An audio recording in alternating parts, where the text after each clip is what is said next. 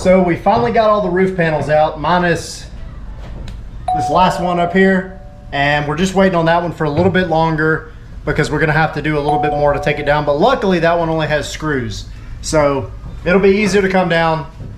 We can get it taken out pretty quick, and we got all the insulation taken out of the top, again, minus the very last one up there. So now I've kind of turned my attention to the walls. And I thought the walls were gonna be so much easier. I was wrong. The walls suck. There's nothing about taking the wall rivets out that's fun. And it doesn't really work the same way as the ceiling did. So I've tried like every method I can think of, because I also have to be super careful because I've got the windows right here. So I can't just yank and pull with a crowbar like I've done with the roof. So there's a little more finesse to it, a lot more patience, definitely learning patience as we go along with this process, but I've tried every method I can think of so far.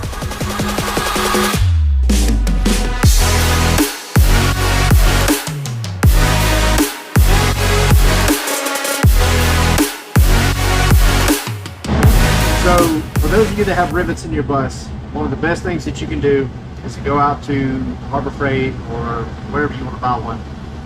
Get one of the air hammers. We'll talk about it in our videos coming up plenty, because of the different attachments that you can have to it. So the awl point or the chisel point, whatever you want to call it, is perfect for knocking out the center portions of each rivet. Instead of taking an awl and a hammer, you can literally take the point, stick it into the center of the rivet, give it a little tap, and it'll pop right out of the back. This just makes it easier to go back later with the other attachment and then kind of push each one of the rivets out of the way. It'll clear out the roof and the side panels. So this is where I'm at with the wall panels so far.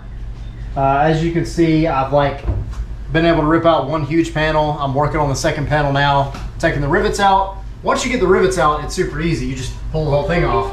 And then you'll end up having insulation that goes from here at the bottom of the window all the way down into the base of the actual bus itself.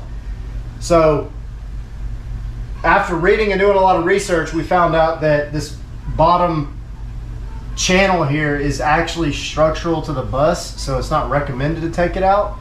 I know a lot of people have. I don't know how big of a deal it would be if you took it out, but it's not really going to be in the way, so we're not going to worry about it. But the insulation obviously goes down in here. So if you have an older bus, when you go to take the insulation out, if you can finagle it just the right way, you'll be able to kind of grab it, and almost like when you get like a good crab leg or like lobster tail, you pop it the right way and the meat just pulls out. If you can do it right, the whole thing comes out, so then you don't have to worry about digging in there to try to pull out extra insulation. It comes out super neat, super nice, and it'll make it easy when we go back to be able to put our insulation back in and put the wall up. So it's a slow go, but it's going fairly well. Am I good?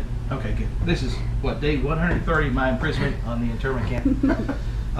Trying to get off these here side panels, and these rivets right here, tough as nails, and they are of a thicker gauge than these other side panels, or other side, what do you call them? Rivets. Rivets, yes, thank you. So these things are tough. So what we're doing is, instead of us hammering them out because it's just taking forever, what we're doing is, follow me. What we're doing is, this is where the sheets overlap each other's with, and that's why they're using thicker gauge rivets. So we're taking out 1 or 2 or 3 of these top rivets so we can peel back this top sheet. We're coming down with this cutting wheel, cutting all the way down to the sides, and I'm just coming down with a hammer and chisel, or hammer and a crowbar, and just popping these things out. They're popping out real easy like that. So I'll get all these things out that way. It'll be much easier getting these smaller gauge rivets out by getting out these heavier gauge rivets, and you can see just going down like butter, and they come out pretty fast that way. That's the easiest way we found to do this. If you find a better way, Too late, we're already done. Yeah, but we like easy.